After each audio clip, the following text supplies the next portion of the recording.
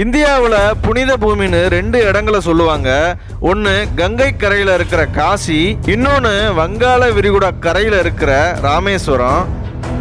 பதவி எல்லாமே இழந்து 0 பாயிண்டில் இங்கே வந்து மீண்டும் இந்த சிவனை வழிபட்டுட்டு போய் இலங்கையில் போய் இருந்து அந்த ராஜ்யத்தெல்லாம் பிடிச்சிட்டு இப்போ இங்கே வந்தால் நாட்டை கைப்பற்றக்கூடிய ஒரு இது வந்துருங்கிறது அவரோட எண்ணங்கள். இந்தியாவிலே நீ எங்கேயும் இந்துக்கள் கோயிலுக்குள்ள வந்து முஸ்லீம்ஸ் கடை வைக்க முடியாது.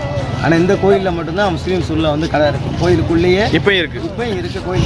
ஏபிஜே அப்துல் கலாம் ஐயாவே வந்து இங்கே உள்ளதான் பேப்பர் போட்டு வந்து உள்ளே இருந்து அந்த வெளிச்சத்தில் தான் படித்ததாக வந்து வரலாறு அவரே சொல்லியிருக்காரு. ஆனால் இந்த கோயில் வந்து ரொம்ப நாள் கெடுவதில்லை. ரெண்டாவது பசி பட்டின்றது இங்கே கிடையாது. 68 வயசாச்சு. சின்ன பிள்ளையிலேருந்து நாங்கள் சாப்பிட்ட சாப்பாடு பழைய சோறு, கம்மங்கஞ்சி, சோளக்கஞ்சி, தினச்சோறு, வரவஞ்சோறு, ஒரு நாளைக்கு ஒவ்வொரு சாப்பாடு. ஹிந்திக்காரங்க வலுவாக வருவாங்க முதல்ல ஆரம்ப காலத்தில். இந்த வீடியோவில் இந்தியாவில் இருக்கிற 12 ஜோதிர்லிங்கத்தில் ஒன்றான ராமேஸ்வரத்தில் இருக்கிற ராமநாத சுவாமி கோவிலை பற்றி தான் பார்க்க போகிறோம்.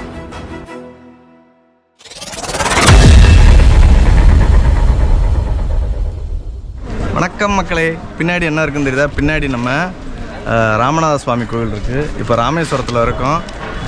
ராமநாத சுவாமி கோயிலை பற்றி உங்களுக்கு இதுவரை தெரியாத ரொம்ப விஷயங்களை இந்த வீடியோவில் நம்ம சொல்ல போகிறோம். பின்னாடி பாருங்கள், இது வந்து கிழக்கு கோபுரம். இந்த கிழக்கு கோபுரத்துலேருந்து இப்படியே போனீங்கன்னா இந்த இடத்துல அக்னி தீர்த்தம் இருக்குது. அதாவது இந்த கடல் இருக்குது. அங்கே எல்லோரும் தீர்த்தம் ஆடிக்கிட்டு அப்படியே என்ன பண்ணுறாங்கன்னா இங்கே வராங்க. இங்கே வந்து 22 தீர்த்தம் இருக்குது உள்ளக்க கோவிலுக்குள்ளே. இது வந்து கிழக்கு கோபுரம் பாருங்கள், சூப்பராக இருக்குல்ல. யாருன்னு தெரியுதா? இவர் காலிஸ் ப்ரோ. இவர் வந்து இங்கே லோக்கல் ராமேஸ்வரத்தில் வடகாடுன்னு ஒரு கிராமம், கடலோர கிராமம். அந்த இங்கேருந்து ஒரு 5 கிலோமீட்டர் தான் இருக்குது. இவர் வந்து லோக்கல்னால இவர்கிட்ட கேட்டால் கரெக்டாக இருக்குன்னு நினைக்கிறேன். ப்ரோ, இது யார் கட்டியிருக்காங்க ராமேஸ்வர கோவில்? இந்த கோவில் வந்து ஃபஸ்ட்டு வந்து ஸ்ரீலங்காவில் உள்ள ஒரு மன்னர் அவர் வந்து ஆரம்பித்து வைக்கிறாரு. அதுக்கப்புறம் வந்து பாண்டியாஸ் அவங்க கையிலையும் போகுது. அதுக்கப்புறம் பார்த்தீங்கன்னா ராஜேந்திர சோழன் இங்கே வராரு, ராமேஸ்வரத்துக்கு வந்து ஆட்சி பண்ணுறாரு. அவர் கைக்கும் இந்த கோவில் வந்து போகுது. அதுக்கப்புறம் பார்த்தீங்கன்னா இங்கே அதிகமாக ஆட்சி பண்ணது பார்த்தீங்கன்னா சேதுபதி மன்னர்கள். அவங்களுடைய பெருமை சொல்கிறதுக்கு வார்த்தைகளை கிடையாது.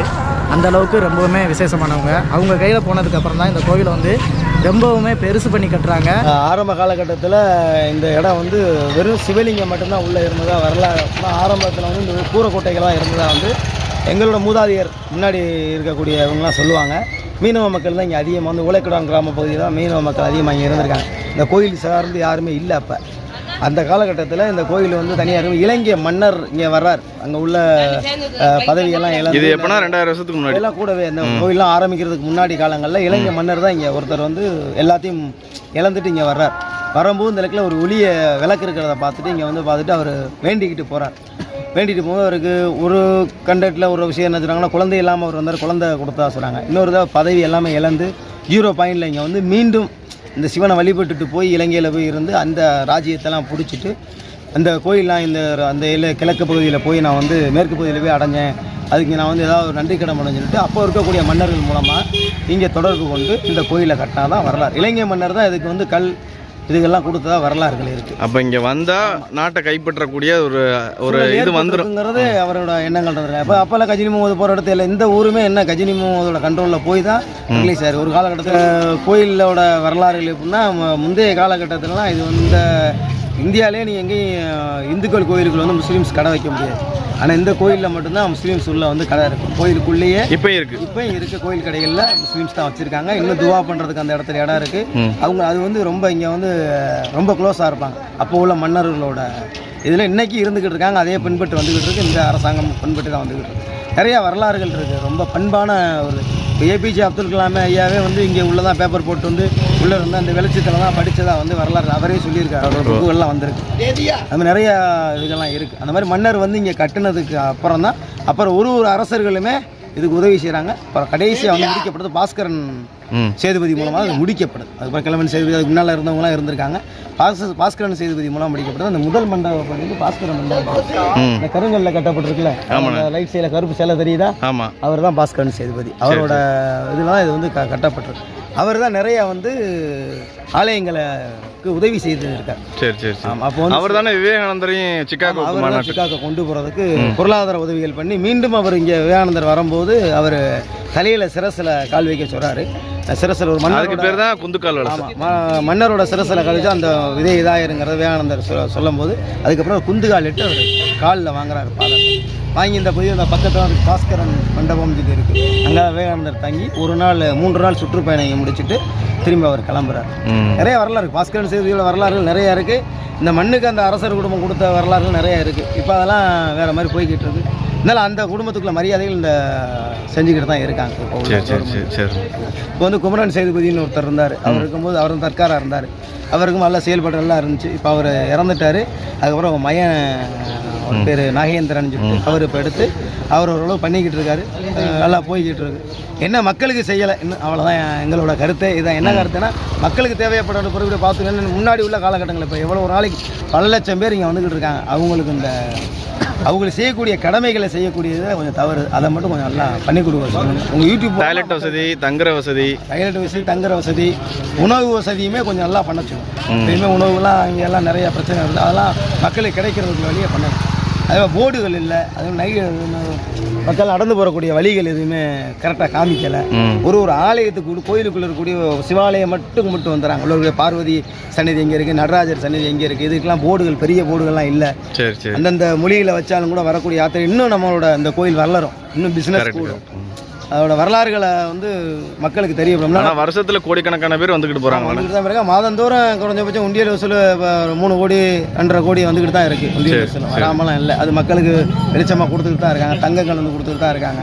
இவர் வந்து பெரிய பெரிய கோடீஸ்வரனுக்குலாம் ஒரு தொழிலில் பார்ட்னர் இந்த ஆலய ராமநாத சாமிங்கிறது. அதானி அம்பானி இவங்கெல்லாம் வராங்களா. இவங்கெல்லாம் வருட ஒரு முறை அந்த கோயிலுக்கு வந்து அதுக்குள்ளே பண்டை கொடுத்துட்டு போயிட்டு தான் இருக்காங்க. அவங்களாம் வராங்களா? அதானி அம்பாலாம் வருவாங்களா? அவங்களோட வழிபாடு ஃபுல்லாமே நார்த்தில் இருக்கக்கூடிய பெரிய பெரிய தொழிலதிபர்களோட குலதெய்வம் தான். ஏன்னா ராமர் வந்து நார்த்து. அவர் வந்து இங்கே வணங்கின ஈஸ்வரனை வணங்கியிருக்காங்களா. இங்கே வந்து அவங்க அதிகமாக இங்கே வருவாங்க. அதிகபட்சம் நீங்கள் பார்த்தீங்கன்னா நார்த்துக்காரங்க தான் இங்கே அதிகமாக இருப்பாங்க. கரெக்ட். ஏன்னா அவங்களோட கடவுளைங்க இப்போ நம்ம இதில் கருப்பணசாமி முனிசாமின்னு சொல்கிறோம்ல, அது மாதிரி அவங்க வணங்கக்கூடிய தெய்வங்கள் தான் இங்கே அதிகமாக இருக்குது. அதனால் வரலாறுகள் வந்து நிறையா இருக்குது. அதில் உங்களை மாதிரி யூடியூப் சேனல் அனுமதிச்சு உள்ள வரலாறுன்னு எடுத்து போட்டிங்கன்னா இன்னும் மக்கள் கூட்டம் அதிகமாக. ஒன்றுக்கு உள்ள சேது மாதர்லாம் ஒருத்தர் இருக்கார். அவர்லாம் வந்து ரொம்ப பிரசித்தி பெற்றவர். அந்த ஆலயம்லாம் யாருக்குமே தெரியாது. சேது மாதர், பாவேஸ்வரர், புண்ணியேஸ்வரர்லாம் இருக்கார். அதெல்லாம் அது மாதிரி நம்ம பதஞ்சலி இருக்கார்ல சித்தர், அவரோட சன்னதி ஒன்று இருக்குல்ல, சன்னதி ஜீவ சமாதி இங்கே இருக்கிறதா வரலாறுகள் சொல்லுவாங்க. ஜீவ சமாதி, பதஞ்சலியோட ஜீவ சமாதி இங்கே இருக்குங்க. பதஞ்சலி இங்கே தான் ஜீவ சமாதி ஆயிருக்காரு. ஆனால் அவர் 18 சித்தர்களும் ரொம்ப முக்கியமானவர்லண்ணே. அவர் தான் மூலவரவர் தான். அவர் வந்து இந்த யோக கலையில் வந்து யோக கலையில் சிறந்தவர். ப்ளஸ் வந்து நாகதோஷத்தை அவர் தான் நிவர்த்தி பண்ணுவார். இன்னைக்கு இங்கே இருக்கக்கூடிய மக்கள் என்னன்னா, அந்த சிவாலயம் கும்பிட்டுட்டு வெளியே வந்ததோட பதஞ்சலி போய் உட்காந்துட்டு தான் போய்கிட்டு இருக்காங்க. ஏன்னா பதஞ்சலி தான் எப்படி சென்ட்ரல் மேனேஜர்.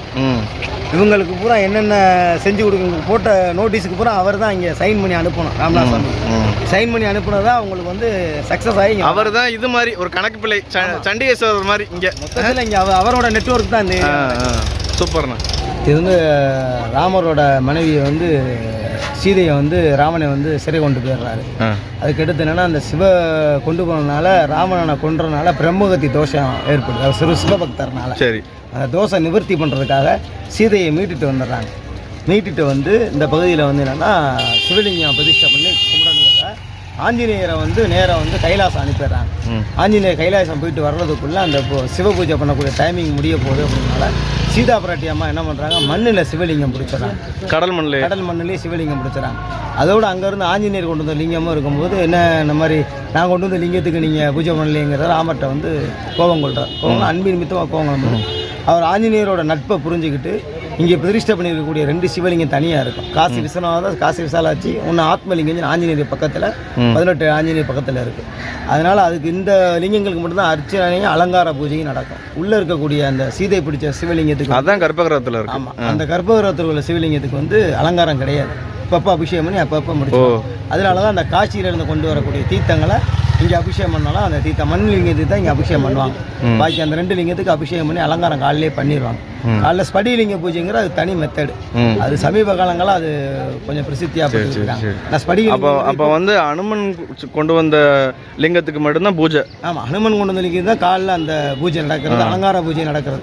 இருக்கக்கூடிய அந்த சிவலிங்கத்துக்கு சீதை பிடிச்ச சிவலிங்கத்துக்கு பூஜைகள் வந்துன்னா அபிஷேகம் பண்ணி மக்களுக்கு தரிசனம் பண்ணுறது மூலஸ்தானம். அதுதான் அந்த மண்லிங்கம் தான் மூலஸ்தானம். அது வந்து அபிஷேகம் பண்ணிட்டு அதோட அதை முடிச்சுவாங்க. சரிண்ணா. அப்படியே அபிஷேகம் நடந்துக்கிட்டே இருக்கும், அப்டேட்டாக நடந்துக்கிட்டே இருக்கும். அதுதான் இப்போ பூஜைகள் பண்ணி நடந்துக்கிட்டு இருக்குது. அதை பார்க்கத்தான் எல்லாரும் வர்றாங்க. சரி. ஆனால் இப்போ இதில் பவர் ஜாஸ்தி உள்ளது வந்து சீதை பிடிச்ச லிங்கம் தான் பவர் ஜாஸ்தி. அதுதான் ரொம்ப. அவர் தான் ஜோதிர்லிங்கம். ஆமாம், அதாவது ஜோதிலிங்கம் தனியாக இருக்குது. ஆனால் 12 ஜோதிலிங்கம் வரலாறுன்னு பார்த்தோன்னா அதான் ஜோதிலிங்கம். சீதை பிடிச்ச சிவலிங்கம் தான் ஜோதிலிங்கம். ஆனால் இங்கே வந்து வரலாறை மாற்றிருக்காங்க, அந்த மாதிரிலாம் கிடையாது. ஆனால் உண்மையிலேயே வந்து அந்த மண்ணில் பிடிச்ச சிவலிங்கம் தான் ஒரிஜினல். சீதை பிடிச்சது. ஆமாம், அதுக்கு தான் பவர் அதிகம், அதுக்கு தான் பவர் ஜாஸ்தி. அதான் பிரம்மகத்தி தோஷம். இப்போ ஜாதகத்தில் பிரம்மகத்தி தோஷம் இருக்குது, பசுமாடு அடிச்ச தோஷம் இருக்குது, இந்த மாதிரி குழந்தைகளை வீட்டில் தட்டி போகுது, குழந்தை இல்லை அப்படிங்கிறக்கா குழந்தை தொழிலில் முடக்கமானவங்க இதுக்கிட்ட பித்ருக்களுக்கு சாந்தி பண்ணக்கூடிய இந்த ஊர் ஃபேமஸ். ஓ சூப்பர். ஆனால் பித்ருக்கள் என்ன காரணம், இந்த மூதாதி இறந்தவங்களுக்கு இந்த தர்ப்பண பிண்டம் அதெல்லாம் கொடுக்காம இப்போ உள்ள கல்ச்சரில் படித்து எல்லாம் ஒரு கிட்டத்தட்ட இப்போ ஒரு 20-30 வருஷங்களாக யாரும் பண்ணாமல் இருப்பாங்க ஒரு வீடுகளில். அவங்களுக்கு பண்ணக்கூடியதெல்லாம் தர்ப்பண விஷயங்களுக்கு இந்த ராமேஸ்வர சேத்திரம் முக்கியமான சேத்திரம். அந்த திருமண தடையாக இருக்குது, சில கல்யாணம் முடியாது, 40 வயசு இருப்பாங்க. ஜாதகத்தை பார்த்தோன்னா நீங்கள் நேராக இப்போ ராமேஸ்வரம் போய் நீங்கள் இந்த பரிகாரங்களை பண்ணுங்க. திலஹோமம், தர்ப்பசாந்தி, அப்புறம் தில பார்வதி ஹோமம் சொல்லி இருக்குது, திருமணத்திற்கு அதெல்லாம் பண்ணுவாங்க. இந்த கோயிலில் முக்கியமான ஒரு அபிஷேகம்னா ருத்ர அபிஷேகம். ஆமாம், ராமேஸ்வரம் வரக்கூடிய யாருக்குமே அதை வந்து யாரும் சொல்கிறது கிடையாது. முழுக்க ருத்ர அபிஷேகம் தான் இந்த ராமேஸ்வர சிவலிங்கத்துக்கு பண்ணக்கூடிய விஷயம். அதான் ரொம்ப விசேஷமானது. இங்கே நம்ம எவ்வளவு செலவழிக்கிறது பெருசு இல்லை. அதே மாதிரி இந்த ஊருக்கு வரக்கூடிய செலவினத்தை இந்த கடவுள் கடன் வைக்க மாட்டாங்கிற ஒரு வரலாறு ஒன்று இருக்குது. ஆமாம், எல்லாத்துக்கும் சாப்பாடு நீங்கள் எவ்வளவு நீங்கள் கொண்டு வந்து 10,000 உங்களுக்கு செலவு பண்ணாலும் அந்த 10,000 உங்களுக்கு வேறு எது மூலமாவது அந்த கிஃப்டாக உங்களுக்கு கிடச்சிரும். இந்த செலவு பண்ண காசு நான் போனேன் எனக்கு அழிஞ்சிருச்சு அப்படிங்கிறது வந்து வராது இந்த பூமியில். அது இந்த பூமியிலேயே இருக்கிறவங்களுக்கும் யாரும் எந்த ஒரு இதுவும் இல்லாமல் இன்றைய வரைக்கும் வயிறாறு சாப்பிட்டு நீட்டாக இருக்கிற காரணம் இறைவன் ராமநாத சாமி வச்சு தான். அதுக்கடுத்து மீன் தொழில் தான், வேறு ஒன்றும் இல்லை. இந்த பிரகாரம் ஏதோ ஒன்று உலக பிரசித்தி பெற்ற உலக தூண்கள் வந்து 1000 தூண்கள் வந்து பெரிய தூண்கள் 3ஆம் பிரகாரம் சொல்லி அதில் வந்து பண்டைய காலகட்டத்தில் அதில் சித்திரங்கள் எல்லாமே இருந்துச்சு. இப்போ மாதிரி ரீகண்டிஷன் பண்ணி வேலை பார்த்துக்கிட்டு இருக்காங்க அறநிலையத்துறை மூலமாக. சூப்பர். ஆமாம், பார்த்து ஓரளவு போய்கிட்டு இருக்கு. இப்போதைக்கு என்னென்னா இந்த வரக்கூடிய பப்ளிக்கள் இப்போ யார் நம்ம லோக்கலில் இருக்கவங்களே சாமி கும்பிட போகிறதா இருந்தால் முன்னே வந்து ஈஸியாக கும்பிட்டுருவாங்க. இப்போ கும்பிட விடாமல் அறநிலையத்துறை லாக் பண்ணி வைக்க. இங்கே இருக்கக்கூடிய ஜேசிஎல் வந்திருக்கக்கூடிய நிர்வாகங்கள் வந்து லாக் பண்ணி யாருமே முன்னாடி வந்து சாமியை போய் பார்த்து கும்பிட்டுட்டு வந்துடலாம். இப்போ பூரா சுற்றி கேட்ட போட்டு மக்கள் வந்து ரொம்ப சிரமப்பட்டு இருக்காங்க. அதுவும் வந்து இப்போ வரக்கூடிய யாத்திரைகளுக்கும் ரொம்ப கஷ்டமாக இருக்குது. 5 லட்சம் பேர் வந்தாலும் இந்த ராமேஸ்வர கோயிலில் ஒரு 3 மணி நேரத்தை சாமி கும்பிட்டு வெளியே போயிடுவாங்க. இப்போ அப்படி கிடையாது. இப்போ 100 பேர் வந்தாலும் கிட்டத்தட்ட 1 மணி நேரத்துக்கு மேலே ஆகுது அந்த லைனை கியூ முடிச்சு போகிறதுக்கு. அது கொஞ்சம் மக்களிடையே இங்கே லோக்கலில் இருக்கிறவங்களும் சரி வர யாத்திரை ரொம்ப கஷ்டப்படுறாங்க. ஊனமுடுறவங்களுக்கு தனி வழியெலாம் இங்கே ரெடி பண்ணி வைக்கலை. இல்லை, ஆமாம், முடிஞ்சளவுக்கு ஊனமுடுறவங்களுக்கு வழி செய்து வச்சாங்கன்னா கொஞ்சம் நல்லா இருக்கும். பெண்கள் வந்து இந்த பாத்ரூம் போகிறதுக்கு போகிறது இந்த வசதி கஷ்டமாக இல்லை. அது வந்து இந்த நிர்வாகம் அதுக்குள்ளே செய்யலை. அதையும் கொஞ்சம் இந்த யூடியூப் மூலமாக மக்களுக்கு தெரியப்படுத்தி அதையும் பண்ணால் கொஞ்சம் நல்லா இருக்கும். பாத்ரூம் கோயில் சார்ந்த கிடையாது. அதே மாதிரி தங்கும் விடுதியும் கோயில் சார்ந்த தங்கு விடுதி கிடையாது. ஒரு விடுதி சேது இல்லம்னு இருக்குது. பாக்கி எல்லாத்தையுமே டேக் ஓவர் பண்ணி உடச்சிட்டாங்க. அந்த இதில் விவேகானந்தர மண்டபம்னு சொல்லியிருக்கு ஏரியா வரக்கூடிய யாத்திரை கொடுத்தாங்க. இப்போ அதுவும் இப்போ கிடையாது. இப்போ யாத்திரைகளுக்கு வரக்கூடிய வசதிகள் இந்த ராமேஸ்வர பகுதியில் முன்ன இருந்ததுக்கு இப்போ இல்லை. பிரதமர் வந்தார்ல, அதுக்கப்புறம் கொஞ்சம் கூட்டம் அதிகமாக இருக்கா இல்லை கம்மியாக இருக்கா? இல்லை, இது ஆக்சுவலாக இப்போ வந்து எலெக்ஷன் டைம்னால இந்த பகுதி வந்து சுற்றுலாத்தனால மக்கள் போனால் எலெக்ஷன் டைம்னால இங்கே வர்றது இந்த வருடம் வந்து சீசன் வந்து கிடையாது. ராமேஸ்வரத்துக்கு வந்து பிழப்பு இருக்காது. என்ன காரணம்னா எல்லா மாநிலத்திலையும் இந்த தேர்தல் நடக்கிறனால இந்த ஊரில் மேக்ஸிமம் நார்த்தில் இருந்து வந்தால் தான் இங்கே வருமானம் தொழில்கள் எல்லாம் இயங்கிக்கிட்டு இருக்கும். நார்த்துலேருந்து யாரும் இங்கே வரல அப்படின்னு சொன்னால் தமிழ்நாடுக்காரவங்க காலைல வருவாங்க, சாயந்தரம் முடிச்சுட்டு கிளம்பிடுவாங்க. வெளி மாநிலத்தவர் வந்தால் தான் இங்கே தங்குறது சாப்பாடு எல்லாமே. அதுதான் இங்கே இப்போ இந்த இலவச அன்னதானம் ஓரளவு மக்களுக்கு பயன்பட்டுக்கிட்டு இருக்கு. அது கொஞ்சம் முதல் கட்டமாக அந்த காசி யாத்திரைன்னு சொல்கிறது தான் இங்கே ஃபேமஸ். காசி யாத்திரைங்கிறது எப்படின்னா ராமேஸ்வரத்தில் வந்து முதல்ல குளிச்சுட்டு இங்கே இருக்க மூதாதையருக்கு பிண்டம் முடிச்சு போட்டுட்டு இங்கே உள்ள சிவலிங்கம் முடிச்சு சிவ பூஜை பண்ணி அந்த மண்ணை கொண்டு போய் காசி கயா அங்கே போய் போட்டுட்டு திரும்பி அங்கேருந்து காசியிலேருந்து கங்கா நீர் எடுத்துகிட்டு வந்து இங்கே உள்ள சிவலிங்கத்துக்கு அபிஷேகம் பண்ணால் அந்த காசி யாத்திரை பூர்த்தி ஆகும். ஆமாம், இப்போ வந்து இங்கேருந்து போயிட்டு அங்கே போயிட்டு திரும்பி இங்கே வரணும். ராமேஸ்வரம் வந்தால் தான் அது பூர்த்தி. எப்படின்னா இது வந்து ஒரு பழமொழி சொல்லுவாங்க, இது வந்து பிண்டமாகவும் காசி வந்து உயிராகவும் சொல்லுவாங்க. காசியில் தண்ணி கொண்டு வந்து அந்த நமக்கு இப்போ தண்ணி குடிச்சா உயிர் இருக்கிற மாதிரி அது ஒரு வரலாறே இருக்குது, தனி வரலாறு. அது பிராமின்ட்ட கேட்டிங்கன்னா அதுக்குள்ளே வரன்னு சொல்லுவாங்க. அதுதான் இங்கே உள்ள ஸ்டோரி. நிறையா அந்த ஊரில் நிறையா இருக்குது, தீர்த்தங்கள்லாம் நிறையா இருக்குது. ஒரு தீர்த்தமுமே ஒரு தேவர்கள் வந்து குளிச்ச தீர்த்தங்கள்லாம். நீங்கள் இந்த தீர்த்தங்கள்லாம் ஒரு தீர்த்தத்தை நீங்கள் குளிக்கும் போது உங்களுக்கு இப்போ கிணத்துக்குள்ளே இருக்கிற தீர்த்தத்தை தவிர வெளியே அந்த ஜடா தீர்த்தம் லட்சுமண தீர்த்தம் 108 தீர்த்தங்கள் 108 இந்த ஆலயத்துக்கு சொந்தமான தீர்த்தங்கள் 108 தீர்த்தங்கள் இருக்கு. ராமர் குளிச்ச தீர்த்தங்கள் ஒரு தேவதைகளும் பூஜை பண்ண கோயில்கள் இருக்கு. அதான் ராமநாதபுரம் டிஸ்ட்ரிக்ட் ஃபுல்லாமே இருக்குல்ல. உப்பூர்ல இருந்து ஸ்டார்ட் ஆகும். உப்பூர்ல இருந்து இருக்கு ஸ்டார்ட் ஆகும். உப்பூர் விநாயகர் கோயில இருந்து அப்படியே சுத்தி இந்த பகுதி போறாம 108 தீர்த்தங்கள் அதே போல ட்ரஸ்ட் மூலமா எடுத்து அதை பராமரிச்சுக்கிட்டு இருக்காங்க. அதை ஃபுல்லா நம்ம குளிக்கிறதுக்கு ஒரு 4-5 நாள் கிட்ட ஆயிரும். 48 தீர்த்தங்கள் ரெடியாகி ராமேஸ்வரத்துல இருக்கு. அதுக்குன்னு அனுமதி வழங்காம இருக்காங்க. மக்கள் போய் பார்க்கக்கூடிய அனுமதி இல்லாம இருக்கு. அது கண்டிப்பா அது பின்னாடி வாய்ப்புகள் பண்ணி ஆட்டோ டிரைவர் மூலமாகவும் இல்லை மற்ற வாகனங்கள் மூலம் போகிறதுக்குள்ள ரோடு வசதியெல்லாம் பண்ணி கொடுத்துருக்காங்க. அதுக்கு அனுமதி வழங்காமல் இருக்காங்க. அது அரசு தான் அதுக்கு நல்ல ஒரு நடவடிக்கை எடுக்கும். ஏன்னா வரலாறுகள் மறைக்கப்படுது. அந்த வரலாறுகள் வந்து மக்களுக்கு தெரியப்படுத்துறது தான் விஷயம். சூப்பர்ண்ணே சூப்பர். அண்ணே வந்து அண்ணா இது என்ன வண்டிண்ணே? பேட்டரி வெஹிக்கிளியா? பேட்டரி வண்டி. சரி. ஒரு ஆளுக்கு எவ்வளோ? ஒரு ஆளுக்கு 10 ரூபா. 10 ரூபாயா? எல்லாத்தையுமே இல்லை வயசானவங்களை மட்டும் எடுத்தீங்க? வயசானவங்களுக்கு ரொம்ப ஏஜ் பீப்புளுக்கு ஃப்ரீ. சரி. ஊனமுற்றவங்களுக்கு வந்து ஃப்ரீ. என்னண்ணே கழுத்தில் என்னென்னமோ போட்டிருக்கீங்க? என்னென்ன அண்ணன் வந்து பெரிய ருத்ராட்சா இது தாமரமணி மாலை. தாமரமணியா? சரிண்ணே ரொம்ப நன்றிண்ணே. உங்கள் பேர் என்ன சொன்னீங்க? பேர் பாண்டியராஜா. பாண்டியராஜா. நம்ம பாண்டியராஜன் அண்ணன் மனசில் உள்ள துன்பத்தெல்லாம் கொட்டிட்டாரு. ப்ளஸ் வந்து நம்மளுக்கு வரலாறு சூப்பராக சொன்னார். வேறு லெவலில் சொன்னார். அண்ணன் வந்து ஒரு சிவபக்தர். பாருங்கள் இந்த மாதிரி பேட்டரி வண்டி ஓட்டிக்கிட்டு இருக்காங்க. இதில் வந்து ஒரு ஆளுக்கு 10 ரூபா பெரியவங்களை கூட்டிகிட்டு போகிறாங்க. ஊனமுற்றவங்களுக்கு ஃப்ரீ.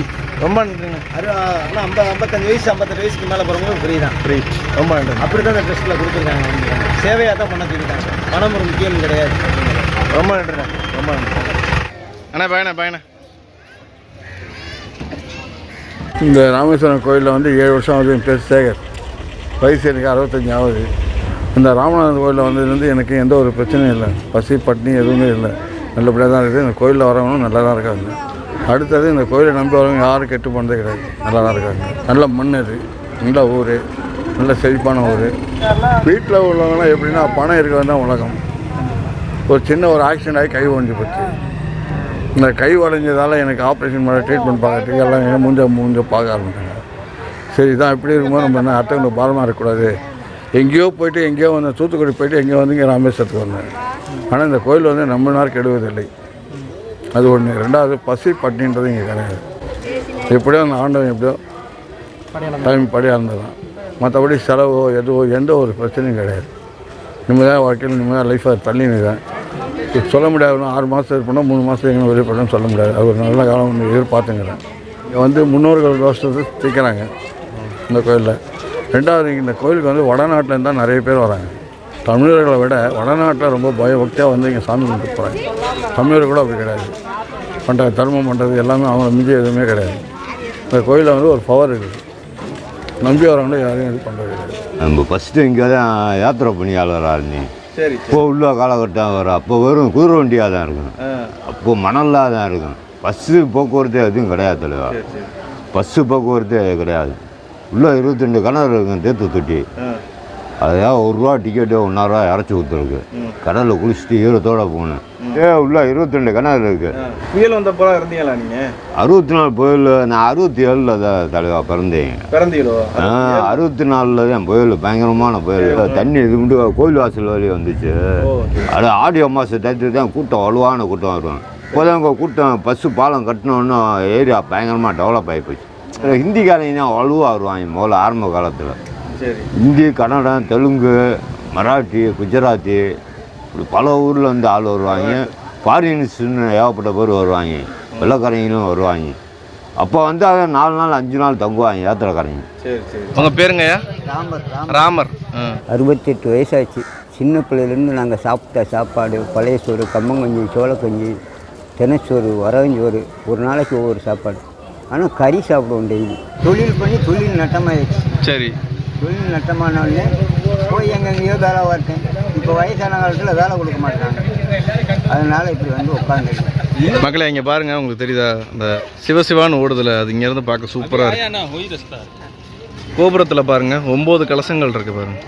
அது மாதிரி 9 நிலைகள் இருக்கும். எத்தனை கலசம் இருக்குமோ அதுக்கு ஏற்ற மாதிரி நிலைகள் இருக்கும். இந்த சன்ரைஸ் அப்போவோ இல்லை சன் செட் அப்போவோ பார்த்தா இந்த ஒவ்வொரு பக்கட்டும் அப்படியே மறைஞ்சிக்கிட்டே வரும்.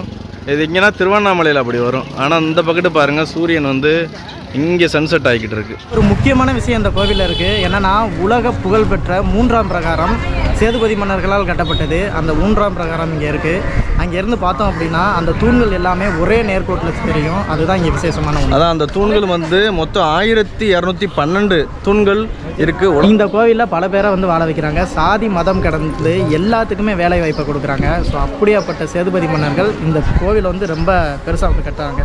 நீங்கள் அதுக்கப்புறம் நீங்கள் பின்னால் பார்த்தீங்கன்னா கூட ஒரு முகமண்டபம் வந்து கட்டியிருப்பாங்க. அந்த மண்டபத்துக்கு பேர் சேதுபதி மண்டபம் அப்படிங்கிற பேராலே வச்சுருப்பாங்க. அதாவது இந்தியாவில் சொல்லுவாங்கள்ல 12 ஜோதிர்லிங்கம் இருக்குன்னு. ரொம்ப முக்கியமான 12 ஜோதிர்லிங்கம், 12 சிவன் கோவில். இதில் வந்து நீங்கள் உயிரோடு இருக்கும் போது கண்டிப்பாக அந்த 12க்கும் போயிடணும் அப்படின்னு சொல்லுவாங்க. அதில் இது ரொம்ப முக்கியமானது. கடற்கரைக்கு பக்கத்தில் இருக்கிற, அதாவது தென்கோடியில், தமிழ்நாட்டோட தென்கோடியில் ராமேஸ்வரத்தில் இருக்கக்கூடிய, ராமேஸ்வரம் வந்து தீவு தான். அந்த நம்ம பாம்பன் பாலம் இல்லாட்டி அது வந்து ஒரு தீவு தான். இங்கே இருக்கக்கூடிய ஒரு 12 ஜோதிர்லிங்கத்தில் ஒன்று தான் நம்ம ராமேஸ்வர கோவில். பாருங்கள், இது வந்து ப்ரோ சொன்ன மாதிரி எல்லா மன்னர்களோட கையிலையும் இருந்திருக்கு. இப்போ ஒரு நாட்டை வந்து ஒருத்தவங்க மட்டும் ஆள முடியாதுல்ல, அடுத்தடுத்து படையெடுப்பு வரும், மன்னர் மாறிக்கிட்டே இருப்பாங்க. லாஸ்ட்டாக வந்து இதை வந்து சேதுபதி மன்னர்கள் வந்து ஆட்சி பண்ணியிருக்காங்க. அப்போ வந்து இந்த கோவிலுக்கு ரொம்ப திருப்பணிகள் பண்ணியிருக்காங்க. நண்பர்களே, நம்ம ராமேஸ்வரத்தில் 12 ஜோதிர்லிங்கத்தில் ஒன்றான பாருங்கள் நம்ம ராமநாத சுவாமி கோவிலை பற்றி உங்களுக்கு ஓரளவு சொல்லியிருப்போம்னு நினைக்கிறேன். எல்லாரும் வர வேண்டிய கோவில். அதாவது இந்தியாவில் உள்ள 12 ஜோதிர்லிங்கத்தில் நம்ம தமிழ்நாட்டில் இருக்கிற தென்கோடி மூலையில் இருக்கிற பாருங்கள் நம்ம ராமநாத சுவாமி கோவில் கண்டிப்பாக வாழ்க்கையில் ஒரு தடவையாவது வர வேண்டிய கோவில். நீங்களும் வாங்க, குடும்பத்தோடு வந்து வழிபாடு பண்ணிட்டு போங்க. இந்த வீடியோ உங்களுக்கு பிடிச்சிருக்குன்னு நினைக்கிறேன். பிடிச்சிருந்தா நம்ம சேனலை சப்ஸ்கிரைப் பண்ணி அந்த பெல் ஐக்கான் அடிச்சுக்கோங்க. இன்னொரு வீடியோவில் பார்ப்போம்.